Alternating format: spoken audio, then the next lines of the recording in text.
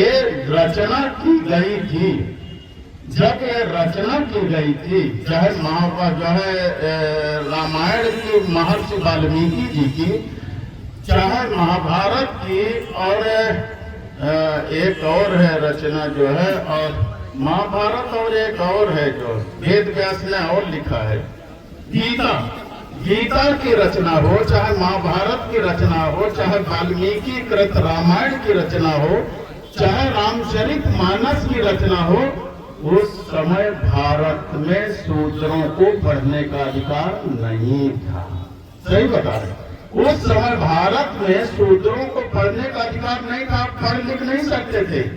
अगर आप पढ़ने की कोशिश करेंगे तो आपकी आंखें फोड़ दी जाएंगी। आप सुनने की कोशिश करेंगे तो शीशा पिघला के कान में डाल दिया जाएगा। अगर जीभ से आप उच्चारण करेंगे तो जीभ आपकी काट ली जाएगी। ये व्यवस्था थी भारत के अंदर। मैं गलत नहीं बोल रहा, भारत के अंदर ये व्यवस्था थी साथियों। जाए सार्वजनिक रास्तों में चलने की हमें इजाजत नहीं थी। कोई भी शूद्र समाज का आदमी अगर सार्वजनिक रास्ते पर चलेगा तो गले में हंडिया बांध के चलेगा, थूकेगा तो दिन भर हंडिया में थूकेगा, फिर मिट्टी को खोद के उस हंडिया को गाड़ेगा।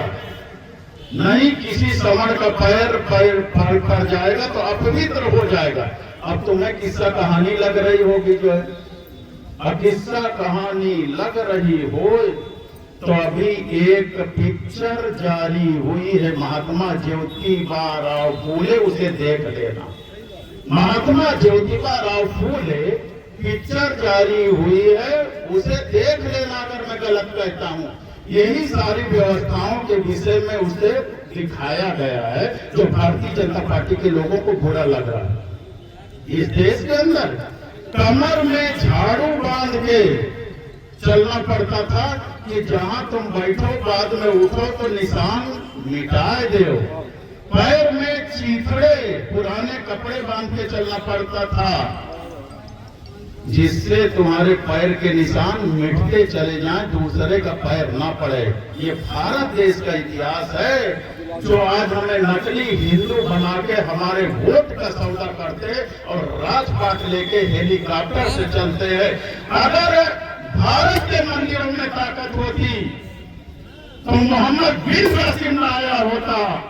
भारत के मंदिरों में ताकत होती तो महमूद गजनवी आया होता।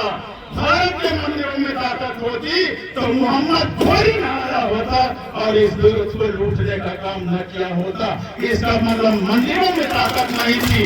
अगर ताकत है तो सत्ता के मंदिर में ताकत है कि बाबा अपना मंदिर छोड़ करके आज सत्ता के मंदिर पर विराजमान है, हेलीकॉप्टर पर चलने का काम करते हैं। 5 बार विधायक बन गए, मंत्री बन गए। सही बता बने कि नहीं? जय भीम का नारा लगा के 5 बार विधायक और मंत्री बने थे। इतनी ताकत है बाबा साहब के नाम लेने पर। ताकत है कि नहीं? इतनी ताकत है। ये घनश्याम चमार यहाँ बैठे रहे हो, कहाँ चलेंगे?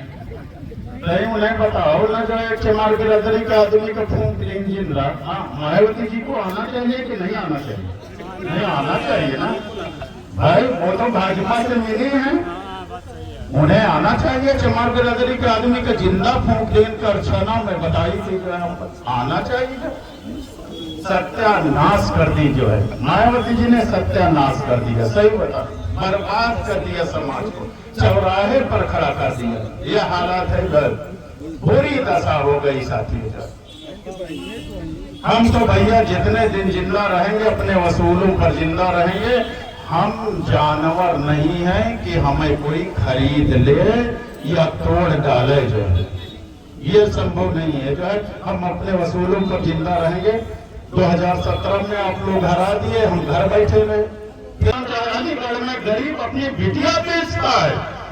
ये भारतीय जनता पार्टी का शासन है कि हम अपने बेटी को बेचने पर मजबूर हैं। हमारे पास उसके शादी का पैसा नहीं। हमारे घर के लोग बीमार हो जाएं तो उनकी दवाई का पैसा नहीं है। ईमानदारी से आप बताओ, क्या सरकारी अस्पतालों में कोई दवा मिलती है? नहीं मारत रहो, पीटत रहो, तब वही तो रुकते रहते, ढोल का जितना पीटियो उतना अच्छा स्वर निकलेगा, सही बता रहे। ये तुलसीदास जी ने लिख दिया। जो मैं जरा आ रहा हूं, मेरा कहने का मतलब क्या है, हमें लिख दिया अधम जाति में शिक्षा पाए, भयम यथा अहि दूध पिलाए।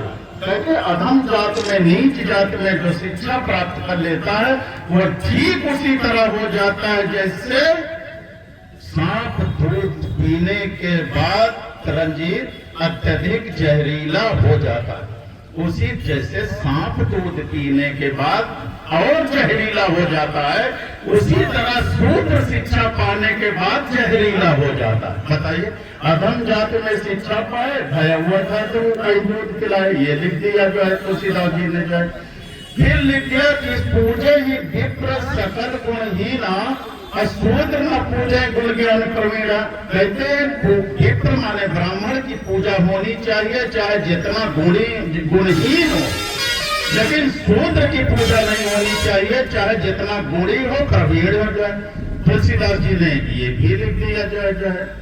बताइए जो है, तो ये बताइए, हमारा सवाल ये है कि हम नकली हिंदुओं के लिए तो तुलसीदास जी ने इतना कुछ लिख दिया, लेकिन ये मुसलमानों के लिए कहे नहीं लिखे भला बुरा। भाई जो है, भाई मुसलमानों के विषय में तो भला बुरा लिखना चाहिए, नहीं लिखे जो है। तुलसीदास जी की हिम्मत नहीं पड़ी अकबर के समय में लिखने के लिए, सही बता रहे।